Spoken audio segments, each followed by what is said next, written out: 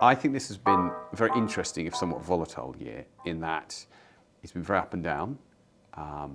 It's been quite challenging at times. There's been some really good moments of momentum, but it's also been quite challenging. And I think actually from an organisational perspective, a lot of organisations we work with have been very cautious. That's probably the word I would say this year. They've been extremely cautious in their approach to lots of things. I don't know what your reflection would be on that. Yeah, I mean, we've definitely seen processes take quite a lot longer, haven't we? And at every stage, sort of firms reassessing their need and just, I suppose, being really sure that they want to go ahead with hires. What interests me, though, is that I don't think we've necessarily seen that on the sort of senior talent side of the process. Yeah. And there still seems to be quite a lot of people who are in secure, long-term roles that are keen to make a move.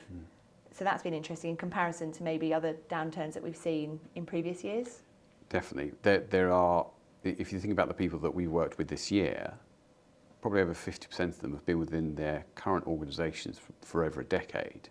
So they are making very carefully, well-planned, well-thought-out, well-researched moves that are critical around their next career, step of career development. And again, that's coming back to that point. I think probably over half of the work we've done this year has been from growth or newly created investment roles from the organisation.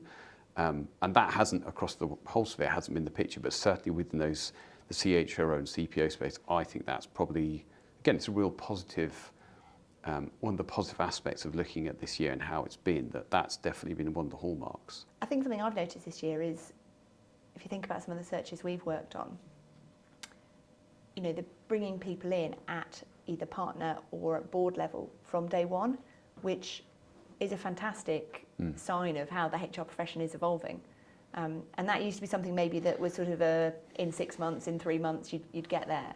Yeah, I think a lot of the firms that we have worked with have traditionally had you need to come in and earn your stripes and show that you are someone who the partnership or the board will accept before we'll bring you into that level. And you're absolutely right. I think both organisations, firms realise now that's not the way. If you want to bring in absolute A1 talent into your people function, you've got to back them, you've got to give them a platform that is clearly going to be very challenging, but that they can really kind of add value in and be part of that conversation from day one, not sort of at some point down the line. And that makes opportunities attractive, doesn't it, to top talent that wants to move.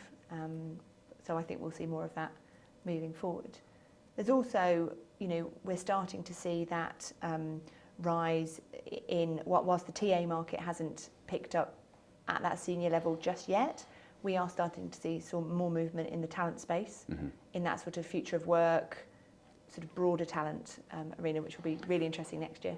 I think you're right. I think sort of strategic talent, or the approach to strategic talent and sort of strategic workforce planning longer term, is very much more part of the DNA of the businesses, or what are the clients in the business, the firms we're working with at the moment. Probably maybe even 3 years ago, I think there's been a very clear shift in the mindset of around retention, around also the challenges around growing talent and developing talent in a much more agile environment. You don't have the face time that you used to have with your different levels of employees that they would gain and benefit from being around each other. So that's another complication. It's a challenge, it's a complication. We all have to face it. So that is absolutely, I think, to your point, the whole approach to a much more long-term view around talent and talent strategy is really one of the big hallmarks of where we've seen, I think, this year into firms' attitude and approach. And I think on that, firms who are going to be bold and go out to market looking for those big heads of talent in the next year, I think we'll have a much broader selection of candidates and senior talent on the market. Well, it feels at the moment, this year feels like one of those years comparative to when we came off the back of the global financial crisis, where some firms took a brave step and said, we're going to go for this, we're going to invest, and we're going to really lead from the front. And those firms hugely benefited in those 2-3 years after that. And other firms sat still and did nothing and just held tight. And I think absolutely the confidence and taking the risk and going into 2024 will absolutely massively pay off for those firms that do. It's been hard seeing some of the really good talent acquisition heads of on the market this year. And, in comparison to last year, that market's been extremely quiet. So it's going to be interesting to see what happens to them. And, when that market does pick up, I think that will be, again, a natural kind of gear change in terms of movements in that space. Yeah, talent acquisition is always one of those potentially vulnerable spaces in a more challenging economic climate. I think whilst there have been some areas of the industries that we work across that have been impacted, I think a lot of organisations have taken a bit more of a long-term view around, from a brand, from an EVP perspective, having to really be consistent and not wanting to make a sort of short-term decision that might have a bit of a long-term negative impact. I think there will be more momentum next year. So I think more momentum. I think it probably will be a slow start to the year, but actually as the year stretches on, there's a lot of pent-up positivity and energy in individuals who are interested in that next opportunity. So I think that's a definite positive.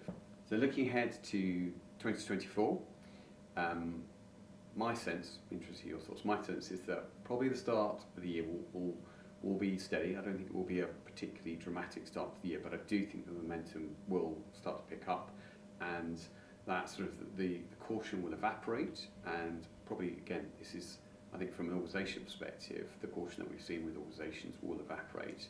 We can definitely see from individuals an interest in opportunities, but I do think there will be more momentum, and it will be a stronger economic year next year.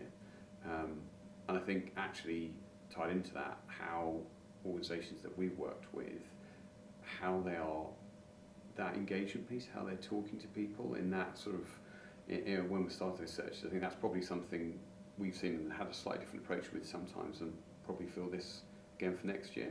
The narrative around each search is really important, isn't it? And that's something we talk to our clients a lot about, around how we present the reason for a hire and how that goes to market. And we know how critical that first and second and third kind of conversation with senior talent is. And I think that the approach we've taken this year around having those sort of very informal kind of coffee chemistry type meetings with senior talent early on actually means that when a client gets sign off to move forward, the process can be quite smooth and relatively quickly for a role at that level. So I definitely think that's the way we need to continue working next year, and we've had some good feedback on that, haven't we? Yeah, and I think that perhaps also comes back to the best place for from, I think from our perspective when we work with organisations and individuals, is when there's an absolute sort of collaboration, and as this is a sort of 50-50, that the organisation and the individual they're both excited and both committed to process, and those conversations are a really good way to start that relationship, because you're able to understand each other's perspectives, perhaps in a way when you're in a more formal process that doesn't come through as easily. And that is, I take your steer, but I think for those senior individuals, those CPOs, CHROs who are keen to move, it's really them being confident about the culture, the environment they're going to be operating in. Do you think that's a fair reflection? Oh, definitely. And we're dealing with busy people, aren't we? So actually, it's never too early for a client to start having those chemistry conversations. So if a client knows you're going to be hiring in Q1, Q2, Q3 next year, if we know ahead of time, we can do that. We can start talking to people informally when they've got the time to have those conversations, so that when you're ready to go, it can kind of kick off quickly.